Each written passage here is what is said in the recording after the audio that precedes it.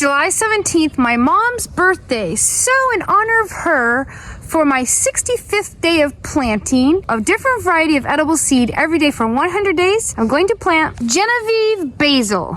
My first seed I planted in this challenge was sweet basil, which is all I've ever planted before.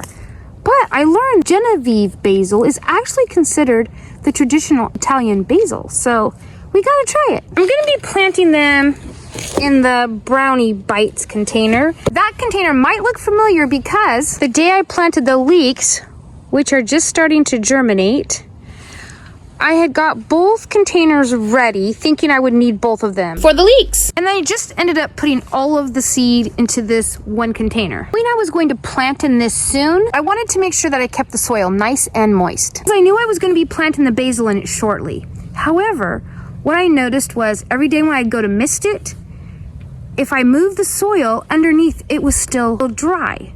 So I could tell that it was hydrophobic. Hydro means water. Phobic means fear. Soil's afraid of the water. Hydrophobic soil can be watered and then you just move the top of it, and underneath it's still dry because a wax residue builds up on the soil particles and it actually repels the water instead of absorbing it. So the way to remedy it is you just saturate the soil. So this is the soil that was in that box. I have it just soaking in water. Let me see if any of these, if I push I dig out, I can still see, look at some of this. It's still dry when I open it up inside.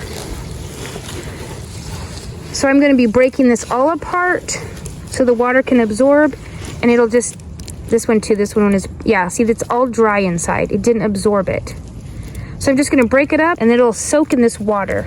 Just a 24-hour soak and it's good to go. These two trays are the same soil. They're also hydrophobic. And I noticed that the water was pooling and not absorbing. So I have them sitting in a tub of water, and then I mist the tops of it to make sure that it stays consistently damp until those seeds can germinate. Purple sprouting broccoli is coming up, so I think we're good. It's the seeds.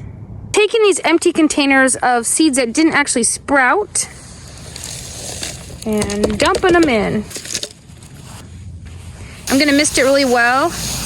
I've never planted basil seed like this, but I'm just gonna sprinkle it on top. I normally put it in individual cells. Oh man, I think most of the seed went right there. I'm try to, okay, I've got more.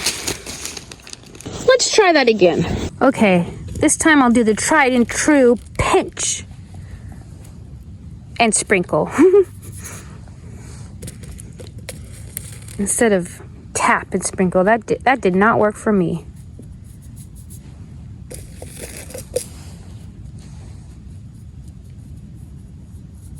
And yes, I'm using the whole seed pack.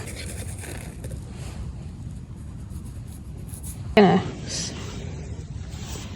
sprinkle soil on top. They should just barely be covered, like 1/4 of an inch at the most. I just sprinkle.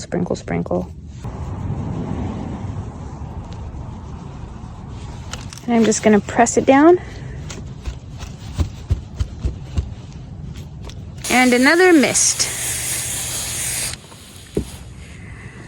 I'm gonna keep the lid closed so it's nice and humid and moist. And then these are gonna go in my room under the grow light because it's warmer in there. Basil doesn't really do well in temperatures under 50 degrees. It really likes it warmer, like 70 to 90. This might actually end up living under a grow light its entire life. There are drainage holes in the bottom of this, so I'm gonna keep it in this tray. It's gonna be my new roommate.